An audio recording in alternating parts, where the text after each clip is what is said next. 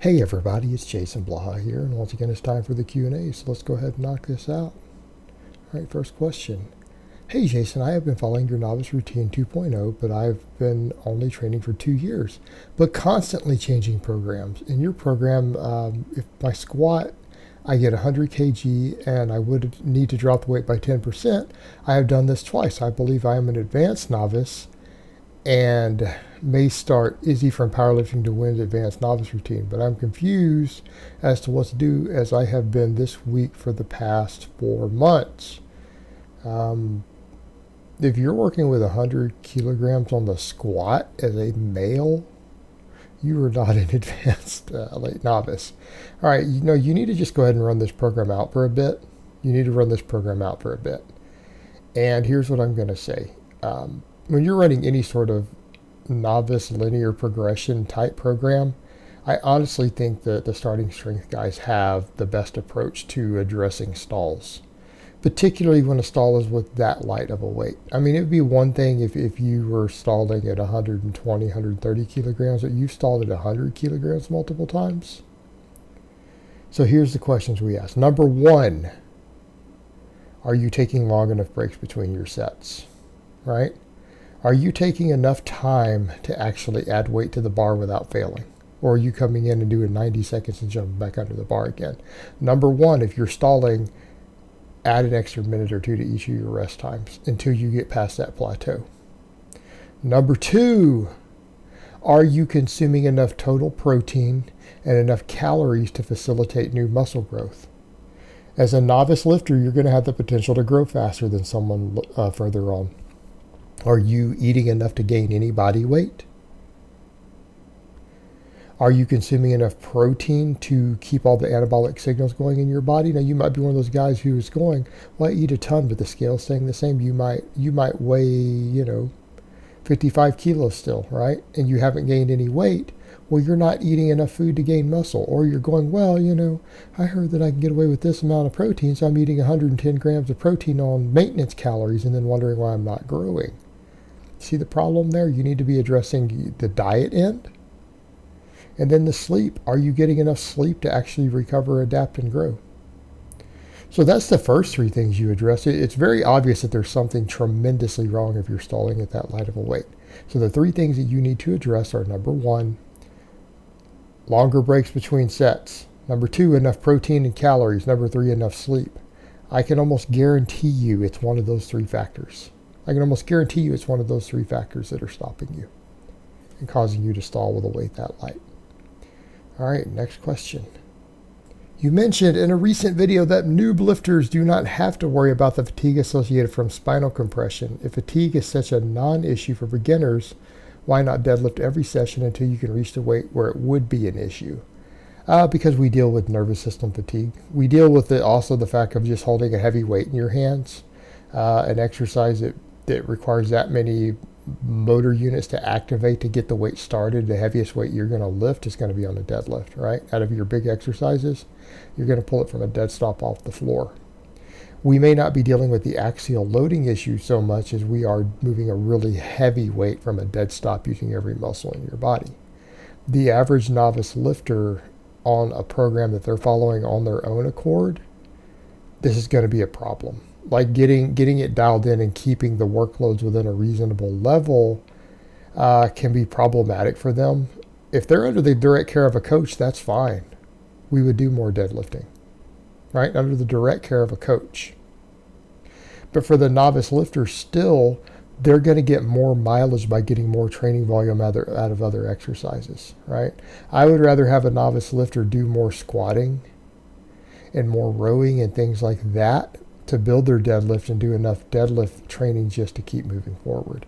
And it's not just the issue of the axial loading. It's the issue of, is it costing them recovery in terms of training volume on other exercises, right? And that's the big deal.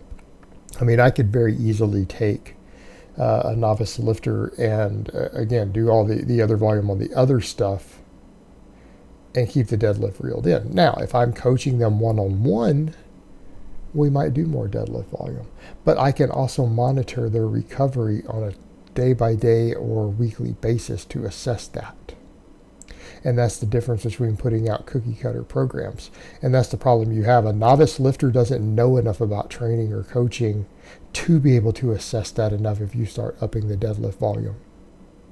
They do not know how to assess that on their own outside of a care of a coach. They're going to mess it up. Therefore, it's not going to be idiot proof.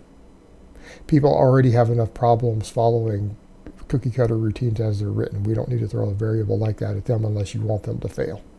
And it's just that simple. All right, next question. Hey Jason, you've talked a lot about energy turnover and nutrition and energy balance. How do you think someone trying to do more of a slow approach to a fat loss that works a physically demanding job can navigate the energy balance without sabotaging themselves? I understand that the calculators that estimate calories burned are wildly inaccurate, but trying to recover after a long day of shoveling rocks without overeating and then piling the lifts on top of that makes the math seem like total guesswork. Well, the math is always total guesswork, right? Those formulas are total guesswork. They're there to get you in the ballpark, right? If you have no starting point, you have zero clue how many calories you burn at any point in your life because you've never tracked. All those calculators are is to get you in the ballpark to see how much weight you gain or lose as a starting point. That's all they are. They're to give you a starting point for a person who has literally never tracked their calories a single day in their entire life. That's what those calculators are for. Anyone who's ever tracked their calories even once in their life for a week can disregard those calculators. You don't need them anymore. They're for people who've never actually counted a calorie in their life as a starting point, a guesstimate. So, over to your question. You're going to have to play it by ear, and here's what I'm going to say. Because you don't know how big or small of a deficit you're going to hit with such varied physical activity with a physically demanding job, your best option is to just jack protein up. And I do mean that because, okay, so let's say that for a whole week you end up staying right at maintenance and you don't lose any body fat. If you jack the protein up, you're still keeping a good anabolic effect, a good thermic effect from all of it. It will probably regulate your appetite to some extent, and you will probably gain a little bit of muscle during that week in recomp. If you end up hitting a calorie deficit and you undershoot and you say you eat too small of calories, again, because your activity is too high from your job, but you jack your protein up above what you would need, at least you're going to have better muscle maintenance. So for people who really are going to struggle with the exact calorie counting because of the nature of their life, the best approach is to simply protein overfeed. And I'm saying don't try to keep tracking, keep trying to track, right? Absolutely. Protein overfeed. Because that will give you wiggle room on your guesswork. It'll give you wiggle room on the recomp end, and it'll give you wiggle room on if you accidentally eat too little a few days in a row. It will help with the muscle preservation end, and that will make your slower cut more successful when you're dealing with wild variables. That would be the best tip I can give you. Go ahead and just jack protein up higher. And I know it sounds simple, it sounds bro, but if you look at it from the math perspective, it actually works for this purpose. All right, next question. Jason, I am a competitive arm wrestler and have been competing at a high level previously. Arm wrestling training involves a ton of partial heavy lifts, such as chin-ups, curls, etc. Do you think this would be dangerous in the long term? Or as long as you make sure to train with both the short and full range, it should be okay? Thanks. I know that this doesn't pertain to many people, but maybe your answer would apply to other types of sports training as well. Good question. Actually, one of my clients I'm coaching is an arm wrestler, by the way. So, over to the point. No, the reason they have you do the partials is because a lot of people who are coaching arm wrestling don't understand that it is just about isometric strength. Partial movements are largely a waste of time. They're going to be a waste of recovery resources. You need to be doing full range of motion, longer range of motion. Now, is that to say there's not a method to their madness?